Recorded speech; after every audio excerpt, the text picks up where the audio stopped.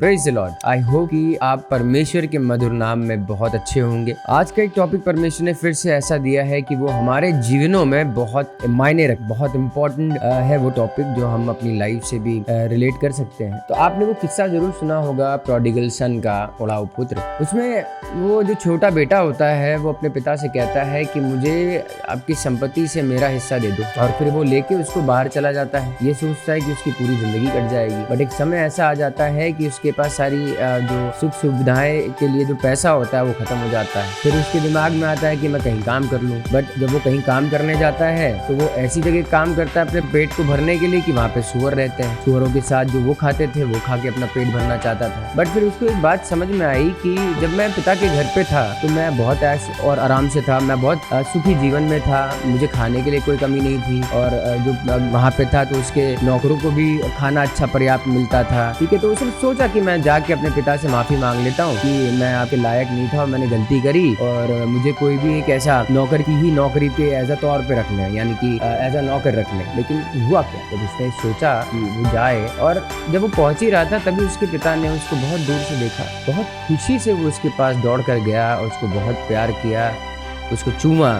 Bible बताती है उसने बहुत चूमा और गले लगा लिया। फिर उसने अपने पिता से बोला कि मुझे माफ़ कर दीजिए कि मैंने ईश्वर की तरफ गलत काम सोच रखी और आपके लिए, आपके प्रति भी मैंने गलत सोच रखी और गलत काम किया, उसके लिए माफ़ी चाहता हूँ। उसके पिता ने कुछ नहीं पूछा उससे, उसने सिर्फ अपने सर्वेंट्स को बुलाया और कहा कि जल्दी से जाकर नए कपड़े और इसके लिए व्यवस्था करो। आप मतलब समझ रहे हैं, इसका आनंद से भरपूर हो गया हो। आजकल भी शायद हमारी लाइफ भी ऐसी ही है, या हम सोचते हैं कि परमेश्वर ने दिया है, बट हम जब एक आनंद के दौर में होते तो हम कहीं ना कहीं एक मिस्टेक जरूर कर देते हैं जहाँ पे लगता है कि नहीं ये गलत। तो बाइबल क्या बताती है इस बारे में, देखते हैं। बाइबल में लिखा है लूका 15 उसकी 11 में, फिर उसने कहा किसी मनुष्य के 2 पुत्र थे, उनमें से छोटे ने पिता से कहा, हे पिता, संपत्ति में से जो भाग मेरा हो वो मुझे दे दीजिए। उसने उनको अपनी संपत्ति बांट दी। बहुत दिन न बीते थे कि छोटा पुत्र सब कुछ इकट्ठा करके दूर देश को चला गया और वहां कुकर्म में अपनी संपत्ति उड़ा दी। जब वो सब कुछ खर्च कर चुका तो उसने देश में बड़ा अकाल पड़ा और वो कंगाल हो गया। इसलिए वो उस देश के निवासियों में से एक के यहाँ जा पड़ा। उसने उससे अपने खेतों में सुअर चराने के लिए भेजा, और वो चाहता था कि उन फलियों से जिन्हें सुअर खाते थे अपना पेट भरे, और उसे कोई कुछ नहीं देता था। जब वो अपने आपे में आया तब कहने लगा, मेरे पिता के कितने ही मजदूरों को भोजन से अधिक रोटी मिलती थी और मैं यहाँ भूखा मर रहा हूँ। मैं अब उठकर अपने पिता के पास जाऊंगा और उससे कहूंगा कि पिताजी, मैंने स्वर्ग के विरोध में और तेरी दृष्टि में पाप किया है। अब इस योग्य नहीं रहा कि तेरा पुत्र कहलाऊं, मुझे एक मजदूर के समान रख ले। तब वो उठकर अपने पिता के पास चला। वो अभी दूर ही था कि उसके पिता ने उसे देखकर तरस खाया और दौड़कर उसे गले लगाया और बहुत चूमा। पुत्र ने उससे कहा, पिताजी, मैंने स्वर्ग के विरोध में और तेरी दृष्टि में पाप किया है, और जब इससे इस योग्य नहीं रहा कि तेरा पुत्र कहलाऊं। परंतु पिता ने अपने दासों से कहा, झट अच्छे से अच्छा वस्त्र निकालकर उसे पहनाओ और उसके हाथ में अंगूठी और पाँव में जूतियाँ पहनाओ, और पला हुआ बछड़ा लाकर मारो ताकि हम खाएं और आनंद मनाएं, क्योंकि मेरा ये पुत्र मर गया था फिर जी गया है, खो गया था अब मिल गया है, और वे आनंद करने लगे। तो अभी आपने यहाँ पे देखा कि वचन क्या बताता है। वैसे ही अगर हम इसको अपने जीवन में लेके देखें तो क्या हम भी कहीं ना कहीं इसी हद तक नहीं चले गए? क्या हमें नहीं लगता कि एक कठोर डिसीजन लेने की जरूरत है? ये रेवलेशन का टाइम है, परमेश्वर का टाइम है, एंड डेज है। क्या हमें नहीं लगता कि हम भी अपने परमेश्वर से वो संपत्ति मांगे, और जो कि परमेश्वर ने हमें संपत्ति ऑलरेडी दे रखी है, वो अथॉरिटी दे रखी है परमेश्वर ने कि उनके साथ रहने का योग दिया है। उनके हम जब बाइबल बताती है कि मैं तुम्हारे लिए जगह तैयार करने जा रहा हूँ ताकि जब मैं वापस आऊँ तो तुम्हें ले जाऊँ। परमेश्वर ने वहाँ पे कोई भी ऐसा क्वेश्चन मार्क नहीं रखा है कि क्या मैं आके तुम्हें ले जा सकता हूँ या मैं तुम्हें ले जाऊँगा, सोचते हो नहीं। परमेश्वर ने सिर्फ कहा है, और परमेश्वर का कहना कभी नहीं टल सकता। अगर हम इस वचन के द्वारा देखें तो हम भी बहुत से पाप अपने जीवन में कर रहे हैं। हम सोचते हैं कि एक बार प्रार्थना कर ली, दुआ कर ली, बाइबल पढ़ लिया, चर्च चले गए, सरमन सुन लिया, हम लोग रेडी हैं। नहीं, वो वचन की भूख नहीं है। वो हमारी सिचुएशन को तो सेम बना रहे हैं कि हम भी अपने आप को इसी तरीके से जांचें कि क्या हम अपनी लाइफ को ऐसे नहीं व्यतीत कर रहे हैं। क्या नहीं लगता है कि हमको भी वापस हो जाना चाहिए?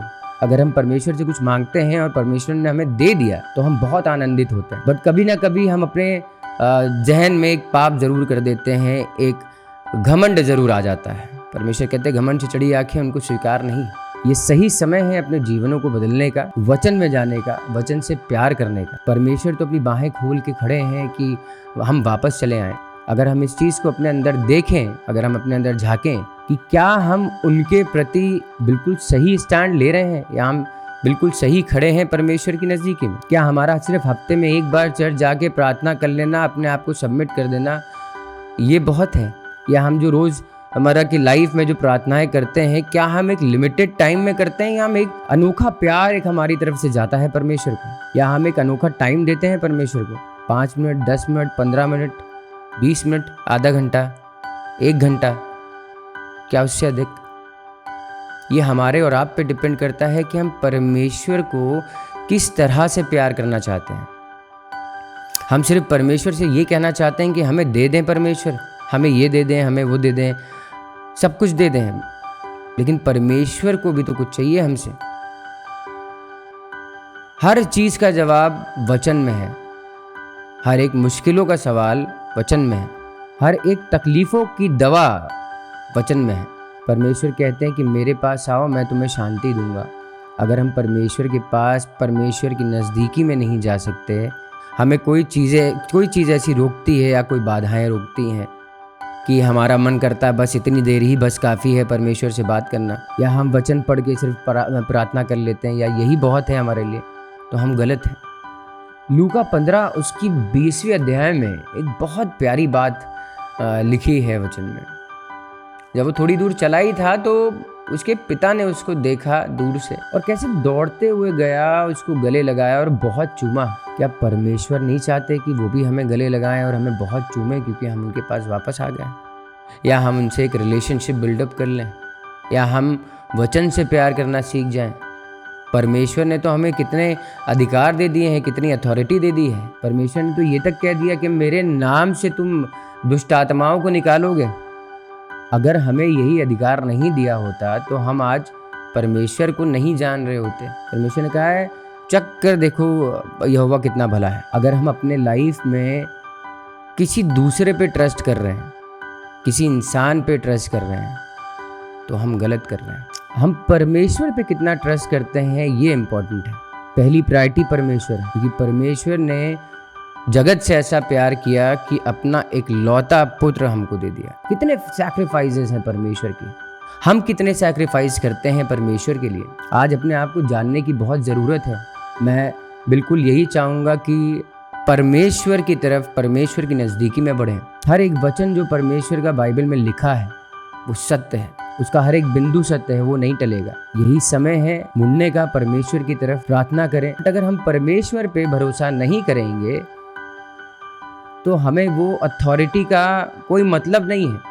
अगर परमेश्वर ने हमें कोई अथॉरिटी दी है, हम उसको एक्सेस नहीं कर पा रहे हैं, वो हमारे लिए दिक्कत है। परमेश्वर ने बहुत आयत की आशीषें दे दी हैं हमें, हमको सिर्फ डिक्लेयर करना है। परमेश्वर हमारे साथ है, हमें उन ब्लेसिंग्स को दे चुके हैं परमेश्वर। बस हमें परमेश्वर से कहना इन आशीषों के लिए धन्यवाद परमेश्वर, इस खूबसूरत दिन के लिए धन्यवाद।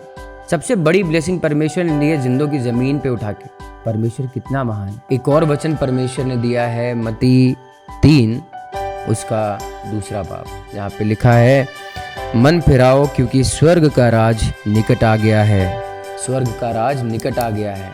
क्या हम रेडी हैं उस स्वर्ग के राज में एंटर होने के लिए? क्योंकि ये अथॉरिटी परमेश्वर ने दी है कि हम और आप उनके बेटे हैं और बेटियां हैं। परमेश्वर का राज है, उसमें हम उनके साथ होने वाले हैं। तो हम इस अथॉरिटी को अभी यूज़ करने के लिए सक्षम हैं। परमेश्वर के सामने आपने जितना बड़ा पाप कर दिया हो कोई बात नहीं, बहुत लविंग फादर हैं, बहुत प्यार करते हैं, माफ़ करेंगे। बट एक बार वचन उठा के उससे प्यार करने की ज़रूरत है। परमेश्वर आप सबको आशीष दे। प्रार्थना करिएगा कि जो हमारे जीवन है वो बदलने वाले हो सके। परमेश्वर आपको आशीष दे। God bless you.